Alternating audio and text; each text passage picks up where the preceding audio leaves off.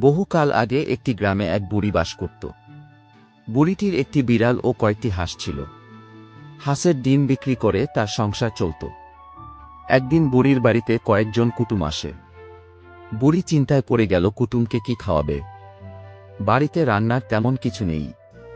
অবশেষে বুড়ি একটা উপায় বের করে। বুড়ি তার একটা হাঁস কেটে হাঁসের মাংস রান্না করে। বিড়াল সুযোগ খুঁজতে লাগলো কিভাবে মাংস খাবে।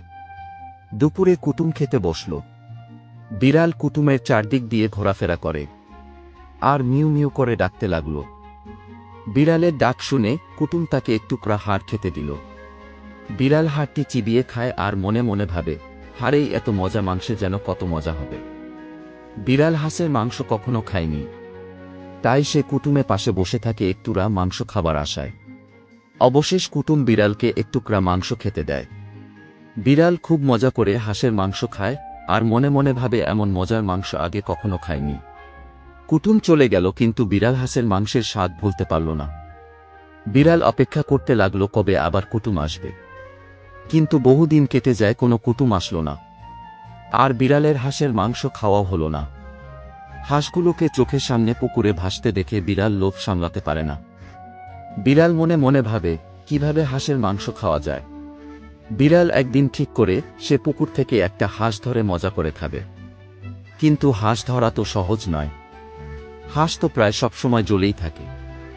তারপর থেকে বিড়াল সবসময় পুকুরের দিকে নজর রাখতে লাগল।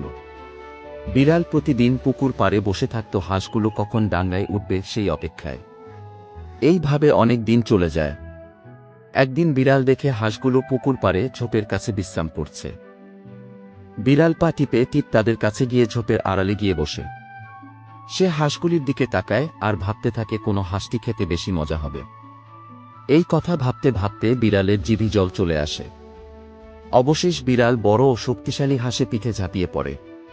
তৎক্ষণাৎ হাঁসগুলি পুকুরের পানিতে লাফিয়ে পড়ল আর বড় হাঁসটি বিড়ালটিকে পিঠে নিয়েই জলে লাফিয়ে পড়ে। বিড়াল সাঁতার কাটতে জানত না। হাঁস বিড়ালকে শাস্তি দেওয়ার জন্য বারবার ডুব দিতে থাকে। ফলে বিড়াল জলে ডুবে যায়। বিড়ালের আর হাঁসের মাংস খাওয়া হলো না। একসময় বিড়াল জল খেয়ে দম বন্ধ হয়ে মারা যায়। তো বন্ধুরা, এই গল্প থেকে আমরা কি শিখলাম? লোভে পাপ আর পাপে মৃত্যু। তাই জীবনে বেশি লোভ করতে নেই। বন্ধুরা, ভিডিও ভালো লাগলে চ্যানেলটিকে সাবস্ক্রাইব করবেন।